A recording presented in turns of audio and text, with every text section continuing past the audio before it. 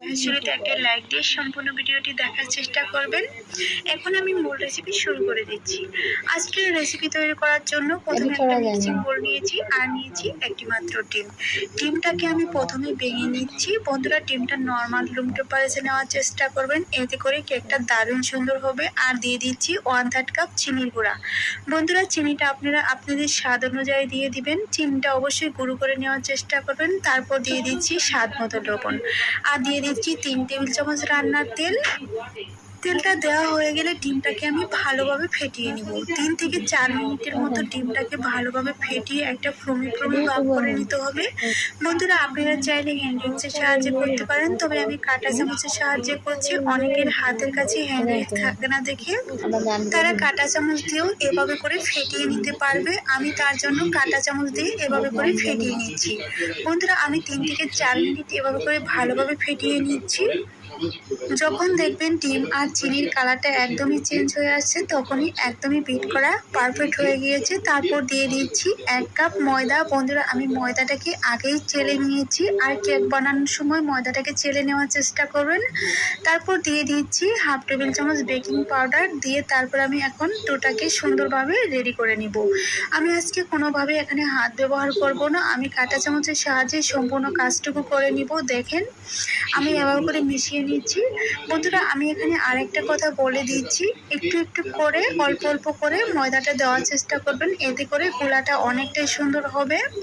বন্ধুরা, তার সাথে আমি আরও একটি কথা বলছি, আমি কিন্তু বেকিং পাউডারটা পরে দিয়েছি। আর এখানে আরও একটা কথা হচ্ছে, যখন আমরা কেক বানাতে যাব তখন চিনিটা অবশ্যই আগে থেকে গুঁড়ো করে নেওয়ার চেষ্টা করব, এতে করে চিনিটা খুব তাড়াতাড়ি গলে যাওয়ার চেষ্টা করবে।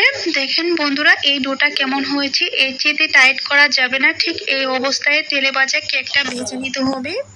বন্ধুরা, এই কেকটার গোলাটা কিন্তু একেবারে রেডি হয়ে গিয়েছে। আমি আরও 1 মিনিটের মতো নেড়ে চেড়ে এভাবে করে মিশিয়ে নেব।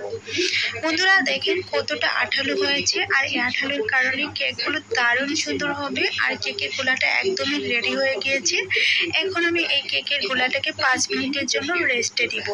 তারপর আমি 5 মিনিট পর ফিরে এসে দেখাবো 5 মিনিট পর গোলাটা কেমন সেট হয়ে গিয়েছে। দেখেন বন্ধুরা, 5 মিনিট পর কিন্তু অনেকটা একটু টাইট হয়ে এসেছে। এখন আমি আবারও 2 মিনিটের মতো নেড়ে চেড়ে মিশিয়ে নিব। মিশিয়ে নেওয়া হয়ে গেলে আমি কেকগুলো কিভাবে রেডি করব সেটা আমি দেখিয়ে দেব। বন্ধুরা, সবগুলো কেক সমান করার জন্য আমি একটা মেজারমেন্ট টেবিল চামচ দিয়েছি। এই চামচের গায়ে তেল লাগিয়ে আমি এটা দিয়েই প্রতিটা কেক বানিয়ে নিব একই সমান করে। তো দেখেন, আমি এখান থেকে এভাবে করে মেপে ডো নিয়ে তারপর কেকগুলো তৈরি করে নিব। তারপর আমি হাতে একটু তেল লাগিয়ে নিচ্ছি, আর এই কেকের গোড়াটা এখন হাতের উপর ঢেলে নেব। দেখেন বন্ধুরা, এখন কিন্তু অনেকটাই নরম, আর এই নরম থাকার অবস্থায় কেকগুলো ভেজে নিতে হবে, অতিরিক্ত টাইট করা যাবে না। তো এভাবে আমি তেলের উপর দিয়ে দিব। আমি চুলায় একটা কড়াই বসিয়ে রেখেছি, আর কড়াইয়ে পর্যাপ্ত পরিমাণে তেল দিয়ে তেলটাকে হালকা আছে গরম করে নিয়েছি। আর সেই গরম তেলে একে একে সবগুলো কেক বানিয়ে আমি দিয়ে দিচ্ছি। এগুলো একেবারে বানিয়ে রাখা যাবে না, একটা একটা করে বানিয়ে তারপর তেলের উপর ছেড়ে দিতে হবে।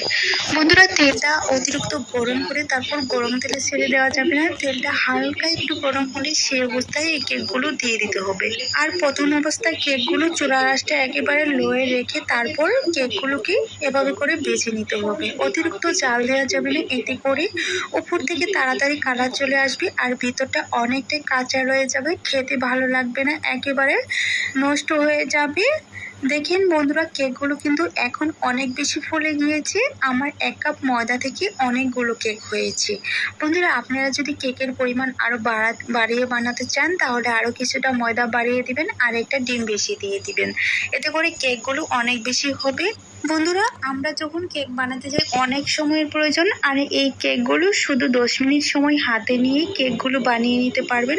বন্ধুরা, আমি 2 মিনিটের মতো কেকগুলো ভেজে তারপর আমি উল্টিয়ে দিচ্ছি।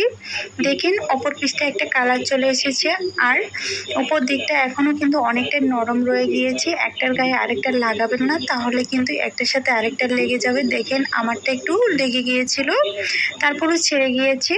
তো এভাবে করে কেকগুলো আস্তে আস্তে আলতো হাতে উল্টিয়ে নিয়ে তারপরে এপাশ ওপাশ করে ভালোভাবে ভেজে নিতে হবে। বন্ধুরা, আমি যতক্ষণে কেকগুলো ভেজে নেব ততক্ষণে আপনাদের কাছে আমার ছোট একটি অনুরোধ রইল, প্লিজ বন্ধুরা সম্পূর্ণ ভিডিওটি দেখার চেষ্টা করবেন। আর যদি ভিডিওটি দেখার পর ভালো লেগে থাকে তাহলে চ্যানেলটি সাবস্ক্রাইব করে রাখবেন, তার সাথে পাশে থাকা বেল বাটনটি অন করে দিবেন আমার চ্যানেলের ভিডিও সবার আগে পাওয়ার জন্য। আমি আমার চ্যানেল খোলার অবস্থায় যখন আমি প্রথম কথা দিতাম, অনেকেই আমার কথার মধ্যে ভুল ধরতো। তো এখন আমার ইনশাল্লাহ একটু হলেও ঠিক হয়ে এসেছি। বন্ধুরা, আপনাদের জন্যই আজকে আমি এই পর্যন্তই আসতে পেরেছি। জানি না আমার কথার ভয়েসটা কেমন হয়, তবে আল্লাহ তাআলা যার ভয়েস যেমন রেখেছে ঠিক তেমনই ভয়েসটা হবে, এতে করে কারো এখানে কোনো হাত নেই। তবে আমি চেষ্টা করব আপনাদের মন মতো কথা বলার জন্য, আমি যেন আরও সুন্দর করে কথা বলতে পারি সেই চেষ্টাটা আমি ইনশাল্লাহ করে যাচ্ছি, যাতে ভুলভ্রান্তি না হয় সেটাই আমি চেষ্টা করছি। তো বন্ধুরা দেখেন, কথা বলতে বলতে প্রায় আমার এই কেকগুলো ভেজে নেওয়া হয়ে গেছে। কালারটা কিন্তু অনেক সুন্দর হয়ে এসেছে। আমি একটু হালকা কড়া করে ভেজে নেব। বন্ধুরা দেখতেই পাচ্ছেন, দেখেন আমার কেকের কালারটা এমন করে নিয়েছি। বন্ধুরা এর সাথে আমি আরও বলছি, এই কেকগুলো কিন্তু চা বানিয়ে চায়ের সাথে খেয়ে নেওয়া যাবে, এমনই করে কেক বানিয়ে নিচ্ছি। বন্ধুরা কেক বানানো হয়ে গিয়েছে, এখন আমি তুলে নিচ্ছি। আমার সম্পূর্ণ কেক বাজতে সময় লেগেছিল 7 মিনিটের মতো। আমি আস্তে আস্তে চুলার আঁচ রেখে তারপর এই কেকগুলো ভেজে নিয়েছি। আর কেকগুলো ভেতরটা যেমন হয়েছে বাহিরটাও অনেক সুন্দর কালার এসেছে। আর এই কেকগুলো বানিয়ে আপনারা 3 থেকে 4 দিনের মতো করে সংরক্ষণ করে রেখে খেয়ে নিতে পারবেন, এতে করে কোনো রকম নষ্ট হবে না। আর কেক যেহেতু এটা অনেক বেশি দিন করে রাখা যায় না, তার জন্য 3 থেকে 4 দিন সর্বোচ্চ করে রেখে এই কেকগুলো খেয়ে নেওয়া যাবে। বন্ধুরা দেখেন, আমি সবগুলো কেক একটা প্লেটের উপর তুলে নিচ্ছি। আর সবগুলো কেক ভেজে নেওয়ার পর কতটা সুন্দর হয়েছে।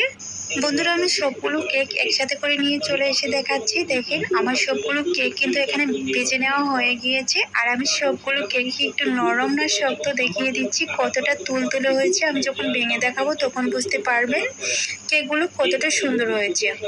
বন্ধুরা এভাবে করে কেক বানিয়ে আপনারা চাইলে বাচ্চাদের টিফিনে রাখতে পারেন, তাদের সকাল অথবা বিকেলে নাস্তা হিসেবে তাদের হাতে ধরিয়ে দিতে পারেন। তারা এই কেকগুলো পেয়ে অনেক বেশি পছন্দ করবে। বন্ধুরা এখন আমি একটা কেক ভেঙে দেখাচ্ছি। দেখেন ভিতরটা কতটা সুন্দর হয়েছে আর কত নরম হয়েছে, একটু দেখেই বুঝে নেওয়ার চেষ্টা করবেন।